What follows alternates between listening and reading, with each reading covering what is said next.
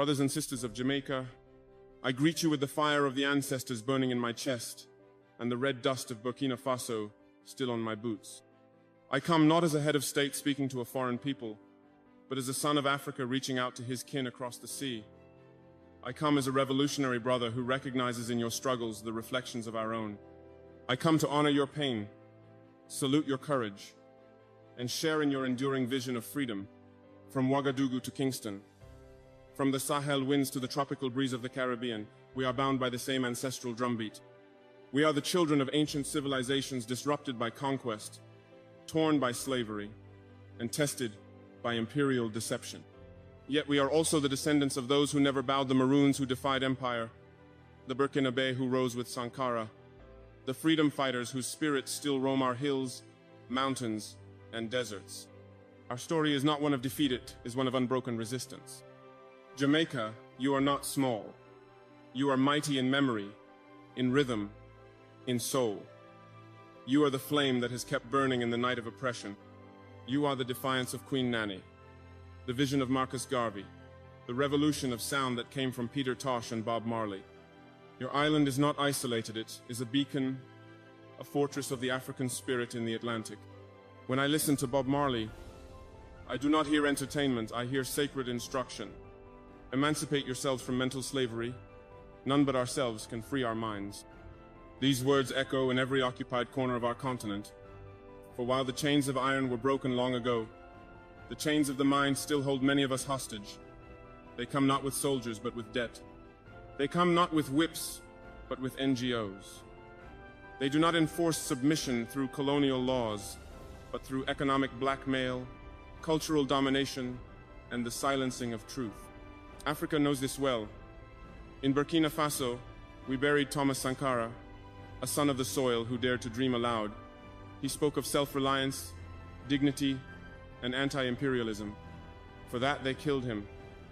Not just foreign agents, but collaborators from within. That is the great tragedy of our times.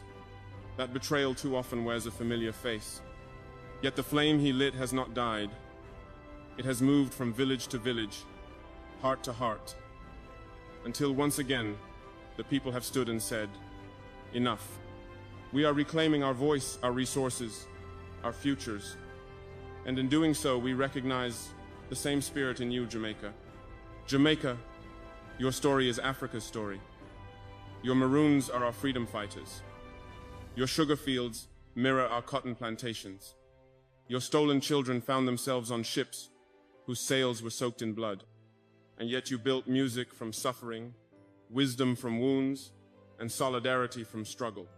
Peter Tosh roared, "I don't want no peace. I need equal rights and justice." This is not a protest, it is a prophecy. Peace without justice is the silence of the oppressed. We do not want handouts. We want fairness. We want truth. We want the world to see us not as problems to manage, but as partners in the shaping of a new global reality. But the system is not neutral. The West did not become powerful through diplomacy alone. It gained its wealth from stolen labor, looted resources, and conquered minds. And when we resist, they do not hesitate to destabilize, discredit, or destroy. We have seen it with Lumumba, with Nkrumah, with Gaddafi, and again with every African nation that tries to stand upright. And yet, they fear our unity. They fear the moment when Africa and the Caribbean, when the children of the diaspora and the children of the continent recognize that we are one. That fear is justified, for that moment has arrived. You are not a dot on a map. You are not a nation of 9 parishes. You are not just reggae and beaches. You are the heartbeat of a global consciousness. Your resistance echoes from Accra to Addis Ababa. Your pride feeds the souls of those still struggling to walk upright in a world built to keep them crawling. Jamaica, your youth are warriors of knowledge, of rhythm, of revolution. Do not wait to be told you matter. Stand, create, mobilize, build cooperatives, guard your land.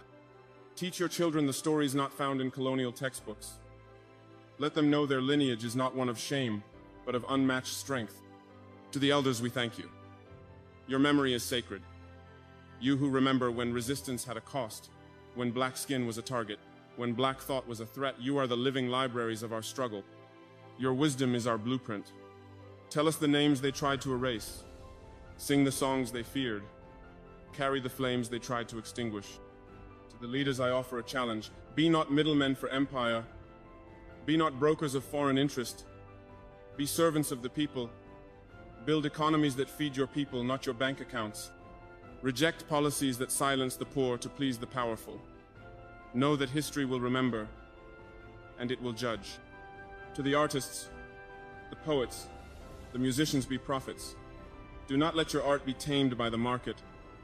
Create not for profit alone, but for liberation. Let your verses be swords. Let your paintings be protests.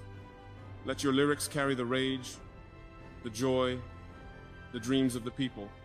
To the farmers, thank you. You who still understand the sacredness of land. You who feed nations while the world turns to artificial convenience. You are the keepers of true wealth. To the women queens of our lineage, warriors of our future, you are not background. You are not support. You are leaders. Raise your voices. Guard your daughters. Shape the policies. Lead the movements. Without you, there is no revolution. Let us build a new axis not of exploitation, but of solidarity. Let our trade routes carry cassava and yam, not cocaine and guns. Let our classrooms teach African literature and Caribbean poetry. Let our children know that they are heirs not to trauma, but to greatness. Let us declare an end to being laboratories for foreign experiments. Let us fund our own research, heal our own wounds, tell our own stories, trust our own instincts, celebrate our own holidays, honor our own gods. Let us imagine the future. A Jamaica with food sovereignty, universal education, and dignified housing. A Burkina Faso with clean water, just laws, and strong institutions. A global black community that does not beg but builds, that does not apologize but asserts.